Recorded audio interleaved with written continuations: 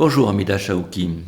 Alors nous attaquons l'histoire des hôpitaux dans leur globalité, avec leur rapport avec toute l'histoire de la médecine et des sociétés, et nous l'attaquons par l'Antiquité gréco-romaine. Alors pourquoi ? Parce que des médecins ont été décrits dans la civilisation égyptienne, et je crois même assyrienne. Alors pourquoi commencer par cette époque gréco-romaine ? Bien, je pense que, et j'ai toujours été, disons, dans un mode de pensée sur la rationalité de la médecine qui semble avoir émergé principalement en Europe et au cœur des racines de la civilisation européenne qui sont la Grèce antique et la Rome antique, avec la démocratie athénienne et de l'autre côté la République romaine. Et donc au cœur de ce noyau civilisationnel, nous avons un développement à partir du 5e siècle de la médecine hippocratique. Et on peut remarquer que Platon est un contemporain d'Hippocrate. Et dans les récits, dans les textes de Platon, il mentionne 2 fois Hippocrate. Donc, est-ce qu'ils se sont croisés? Est-ce qu'ils se sont entretenus? Probablement pas, mais ils avaient connaissance l'un l'autre du génie philosophique de l'un et du génie médical de l'autre. Donc c'est la période de la naissance de la philosophie, des sciences. Et alors, est-ce que c'est la naissance de la médecine en tant que science ? Qu'est-ce qu'il y avait avant comme type de médecine ?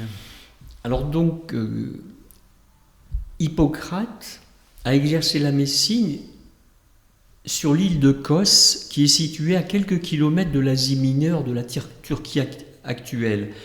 Et donc, sur cette île, un temple dédié au culte d'Asclépios, qui était reconnu dans le monde grec, était entretenu par une dynastie de prêtres médecins dont probablement était issu Hippocrate.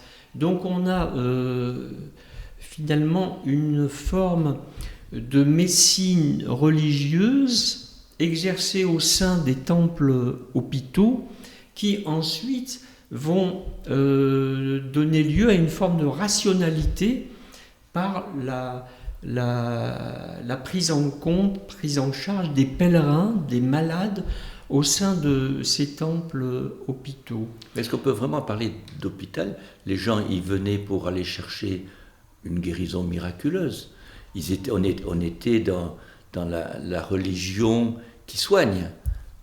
Oui, alors ça va me donner l'occasion de remonter au mythe des dieux guérisseurs, des dieux salutaires, et donc de rentrer dans le magnifique panthéon grec, avec bien sûr Zeus qui est le dieu principal, hein, Jupiter. Là on est vraiment dans la mythologie. On est dans la mythologie, et principalement des dieux salutaires, des dieux guérisseurs, les premiers étant plutôt Apollon, Neptune, Apollon avec sa sœur jumelle Artémis, Diane, qui décoche des flèches, qui déclenche donc par ces flèches des épidémies dans la mythologie, mais en même temps elle était déesse auprès des femmes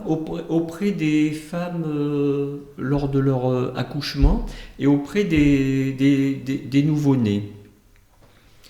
Apollon, le culte d'Apollon semble avoir régressé à partir de 430. Pourquoi 430 ? C'est l'épidémie terrible qui va frapper Athènes au début de la guerre du Péloponnèse. Vous savez, cette guerre qui a opposé Athènes et donc qui était leader de la Ligue de Délos. Des villes grecques. L'OTAN de l'époque, contre Sparte qui était associée à ses alliés, et donc qui s'est terminée par la défaite d'Athènes contre Sparte, mais à partir de 430 Particulièrement, il y a eu une épidémie de peste qui a frappé Athènes, et Périclès, le grand chef athénien, d'ailleurs, est mort de la peste à ce moment-là. Donc, le culte d'Apollon a été mis sous l'éteignoir, en quelque sorte, du fait de cette grande épidémie, et se sont révélés aux citoyens du monde grec le culte progressivement d'Asclépios. Si je comprends bien, ce sont les dieux qu'amènent les maladies, la souffrance, la douleur. Pour lutter contre, on fait appel à d'autres dieux. C'est un peu dans cet état d'esprit que vivent les Grecs. Exactement. Tout est expliqué de cette façon. Et on arrive à une période où il y a une grave épidémie de peste, ce qui veut dire qu'Apollon, on n'a plus envie de s'adresser à lui pour se protéger. Il a échoué et on se tourne vers un autre dieu. Et en plus, il y a une évolution, si j'ai bien compris, de la société grecque qui amène à l'émergence de la rationalité. C'est ça? Exactement. Donc on est dans le cœur de ces nouveaux temples dédiés à Esculape. Esculape a des enfants, dont Podalyre, Machaon. Et Podalyre et Machaon font partie de la légende homérique, puisqu'ils interviennent dans le corps militaire des Achéens. Donc les Achéens, c'est ces troupes militaires qui vont aller assiéger Troie. Là, on est dans l'Iliade. Et là, on est dans l'Iliade complètement. Podalyre, le dieu de la médecine, et Machaon, le référent chirurgical, qui va soigner, qui va par exemple prodiguer l'enseignement des soins et de la chirurgie à Patrocle, et qui va soigner Achille quand il a été blessé. Machaon et Podalyre interviennent durant cette guerre pour bien sûr soigner, mais Machaon aussi a un rôle de soldat, et c'est lui qui va rentrer par exemple dans Troie par le cheval. Là, il sera dans le cheval. Et il sera dans le cheval, et il va décéder durant l'intrusion des Achéens dans Troie. Voilà, donc par rapport à la mythologie, les autres enfants importants d'Esculape, qui donnent lieu aussi à un culte, ça sera Hygiée, bien sûr. Mais juste avant d'aller vers ce dieu majeur qu'est Esculape, on a un médecin et un chirurgien. Ils pratiquent des soins. Quels soins? On est déjà en dehors de la prière et des offrandes. Et alors dans l'Iliade, il est rapporté bien sûr des soins chirurgicaux, bandages, pose d'attelle, et la description des lésions est vraiment véritablement clinique. Donc les plaies de guerre avec des armes blanches, des javelots, des flèches, très très bien rapportées dans l'Iliade. Ça c'est un progrès majeur de commencer par observer. L'observation et les gestes de soins chirurgicaux. Bien, je vous ai coupé, revenons à Esculape. Asclépion, c'est ça en grec? Asclépios, tout à fait. Et donc dédié à Esculape, Hygiée principalement, donc sa fille, déesse de la santé. Je vais citer Panacée, bien sûr, que l'on connaît bien, les remèdes, Acéso, Iaso, Aiglé, et puis Télésphore. Télésphore qui va devenir le dieu de la convalescence et de la rééducation. Donc chaque étape de la maladie et de la convalescence ont un dieu. Exactement, symbolisé par un dieu. Donc ces temples vont s'étendre à travers le monde grec et romain, et Pausanias va en comptabiliser 360. 360 temples dédiés à Esculape et à Hygiée et à d'autres divinités réparties dans le monde gréco-romain. Donc tout grec qui souffrait, qui était pas bien, qui se sentait mal, se rendait dans ces temples pour chercher la guérison. Et nous avons donc bien décrit ces pèlerinages auprès des temples dédiés aux divinités guérisseuses. Donc c'était un pèlerinage qui consistait dans un premier temps à un jeûne alimentaire de quelque chose comme 24 heures, une abstinence à l'alcool, ça c'était fondamental, pendant au moins 3 jours, abstinence sexuelle. Les temples dédiés au culte d'Asclépios étaient plutôt installés dans des lieux saints, loin des marais, loin des marécages, environnés de petits bosquets et surtout, fondamentalement, la source, l'eau purificatrice, une source d'eau dans laquelle les pèlerins pouvaient aller vers des ablutions, se purifier. Le temple, dans ces temples dédiés à Asclépios, donc des stèles, des statues, des différentes divinités. Et on retrouve le polythéisme, le syncrétisme des Grecs et des Romains, avec des divinités qui viennent du panthéon égyptien comme Sérapis, comme Isis, aussi des divinités guérisseuses. Au niveau de l'Afrique du Nord, l'implantation romaine a donné lieu aussi à des temples dédiés à Asclépios et à Hygiée, mais aussi un syncrétisme avec les dieux puniques comme Eshmoun, comme Majorgum. Donc on retrouve une forme de polythéisme. Et le culte et donc le pèlerinage, le moment fort du pèlerinage, c'était la nuit de l'incubation.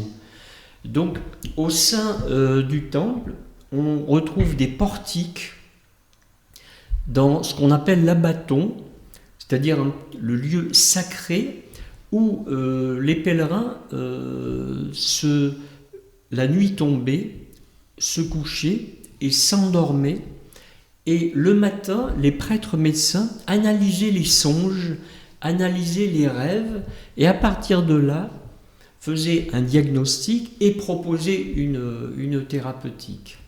C'est assez stupéfiant comme démarche. Donc incubation, qui a donné incubation probablement, c'est le moment où on se couche, la nuit, où on attend, et on n'attend pas l'arrivée de la maladie, mais on attend le prêtre qui va venir nous soulager, quoi. C'est un petit peu ça, on est vraiment dans une démarche psychothérapeutique, hypnothérapeutique. Probablement que les pèlerins avaient peut-être des drogues hallucinatoires pour un petit peu exacerber leurs songes. On retrouve dans la rationalité un traité des songes par Hippocrate. Donc, est-ce qu'on peut se référer aussi à la psychanalyse par la suite, l'analyse des rêves? Toujours est-il que les rêves, et puis je fais référence aussi à la Pythie à Delphes, qui était divinatoire en quelque sorte par rapport aux rêves qui étaient énoncés par les citoyens. Donc on est vraiment dans une médecine qui ensuite débouchait quand même sur une prescription rationnelle par les prêtres médecins de plantes, donc une phytothérapie aussi. Mais ces pèlerins, ils venaient pour implorer le Dieu ou implorer les dieux. Est-ce que c'est l'action du prêtre qui est un petit peu celui qui va devenir le médecin, qui joue le rôle principal, ou c'est le fait de s'adresser aux dieux? Alors il y avait effectivement cette double composante, c'est-à-dire d'aller vénérer, implorer les dieux. Les prêtres médecins, les responsables des temples, étaient associés à des assistants qu'on appelle les zochores, les néochores, qui aussi participaient finalement à cette explication, à cette interrogation par rapport aux songes. Et les pèlerins donnaient aussi, il y avait des sacrifices d'animaux, bœufs, coqs, donc là, on des offrandes aussi. On s'adresse directement aux dieux. Exactement, avec des offrandes. Et il faut remarquer aussi qu'au sein de ces temples, il y avait des structures architecturales le Botros, qui est un puits sacrificiel. Et c'est pour revenir un petit peu à la notion de divinité chtonienne, Esculape, de divinité terrienne. Et le caducée, par exemple, entre le serpent et le bâton, le serpent représente bien les divinités chtoniennes qui viennent de la terre, de même que la source d'eau vient de la terre. Et de l'autre côté, le bâton, lui, c'est l'appui, c'est finalement la canne, c'est aussi l'arbre de vie. Il est à noter que le caducée, pour aller dans le très contemporain, les Américains ont un caducée de Mercure avec les ailes de Mercure, d'ailleurs il est magnifique, et nous, Européens, nous avons le caducée classique avec le serpent et le bâton. Mais ces divinités correspondent tout à fait à l'explication du monde qu'avaient les Grecs à cette époque. Et je remarque aussi qu'il y a certaines pratiques qui vont rester à travers les temps. L'explication des songes, c'est revenu très fort au XXe siècle. Le jeûne, qui est en train de revenir encore actuellement. Comme quoi, il y a des lignes de force qui sont qui sont permanentes. Et dans les rites pratiqués dans les temples, il y avait, avant l'incubation, une procession, non pas au flambeau, mais à la lumière des chandelles. Donc, à certains égards, nous qui habitons à 17 km d'un temple dédié à la déesse Marie, qui voit des millions de pèlerins venir, avec un hôpital de 900 lits au sein du sanctuaire. On est entre guillemets le temple-hôpital. On a vu se perpétuer à travers les âges les temples hôpitaux dédiés à des déesses guérisseuses. Avec des pèlerins. Bien, on est pressé de voir quelle va être l'irruption d'Hippocrate et de la science médicale. Merci Amida Chaouki. Bon.